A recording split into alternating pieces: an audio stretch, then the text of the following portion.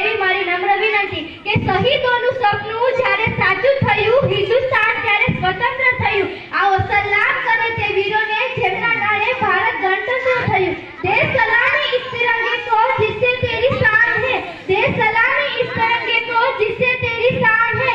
Sir हमेशा ऊंचा रखना जब तक दिल में जान है, सर हमेशा ऊंचा रखना जब तक दिल में जान है। माननीय मुख्य મહેમાન શ્રી, આદરણીય આચાર્ય શ્રી, શિક્ષકગણ, ગામના વડીલો તથા મારા પ્રિય દેશવાસીઓ, આજે 15 ઓગસ્ટ 1947 ના રોજ આપણો ભારત દેશ બ્રિટિશ શાસનકાળમાંથી આઝાદ થયો હતો। આઝાદી પછી આપણા દેશને ચલાવવા માટે કોઈ નિયમ કે કોઈ કાનૂન નહોતા। તે દિવસે ડોક્ટર બાબા સાહેબ આંબેડકરના નેતૃત્વ હેઠળ 2 વર્ષ 11 મહિના અને 18 દિવસના અથાગ પરિશ્રમ પછી ભારતનું સશક્ત બંધારણ બનાવવાનું, એ બંધારણ 26મી જાન્યુઆરી ના દિવસે આપણે અમલમાં મૂક્યું તો આ ભારત વર્ષે માટે 26મી